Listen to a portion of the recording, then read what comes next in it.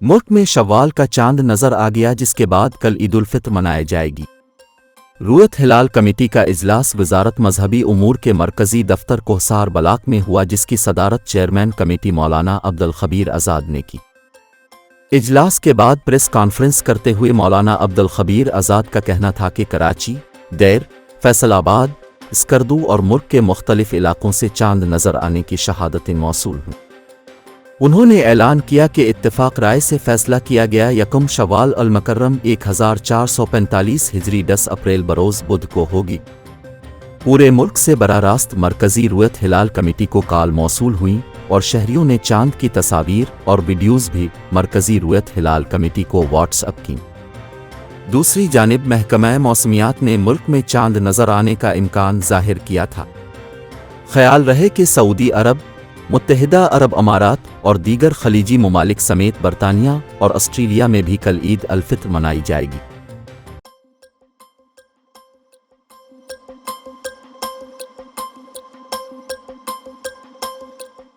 Karachi police chief Imran یعقوب منہاس نے کہا ہے کہ کراچی میں اسٹریٹ کرمنلز اندرون سندھ، بلوچستان اور ملک کے دیگر علاقوں سے آتے ہیں۔ Additional inspector general AIG Karachi Imran Yaqoob کا کہنا تھا کہ کرمنلز کو کراچی میں عید کا سیزن بہت بڑی مارکیٹ نظر آتی ہے۔ کراچی میں رمضان میں 3 سے 4 لاکھ گداگر آتے ہیں، عید سیزن لگاتے ہیں۔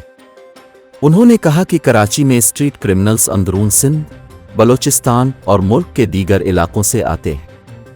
ان کا کہنا تھا کہ روایتی طریقوں سے کرائم کو ٹریس نہیں کر سکتے، ہمیں جدید طریقوں پر جانا ہوگا۔ عمران یعقوب کا کہنا تھا کہ کراچی میں زیادہ کیمرے لگائے جائیں تاکہ ملزمان کی نشاندہی ہو سکے۔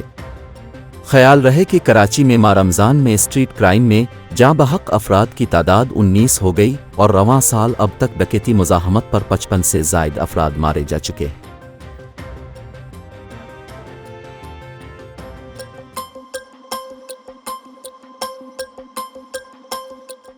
غزہ میں اسرائیلی فوج کے حملے جاری ہیں۔ گزشتہ 24 گھنٹوں میں مزید 153 فلسطینی شہید اور 60 زخمی ہو گئے۔ عرب میڈیا کے مطابق غزہ میں اسرائیلی فوج کی جانب سے فلسطینی عوام پر حملے جاری ہیں، جس کے بعد شہادتوں میں مزید اضافہ ہو گیا ہے۔ دوسری جانب اسرائیلی وزیر اعظم نیتن یاہو نے دھمکی دیتے ہوئے کہا ہے کہ اسرائیل ہر صورت میں رفح پر حملہ کرے گا اور دنیا کی کوئی طاقت اسے روک نہیں سکتی۔ یاد رہے کہ رفح مصر کے بارڈر کے قریب واقع فلسطینی شہر ہے، جہاں اس وقت جنگ کے باعث بے گھر ہونے والے 15 لاکھ سے زائد فلسطینی امداد کی خاطر پناہ لیے ہوئے۔ 7 اکتوبر 2023 سے غزہ میں جاری اسرائیلی جارحیت کو 6 ماہ مکمل ہو گئے ہیں۔ عرب میڈیا کے مطابق غزہ پر اسرائیلی حملوں میں اب تک 33,000 سے زائد فلسطینی شہید ہو چکے ہیں، جن میں 13,000 سے زائد تعداد بچوں کی ہے۔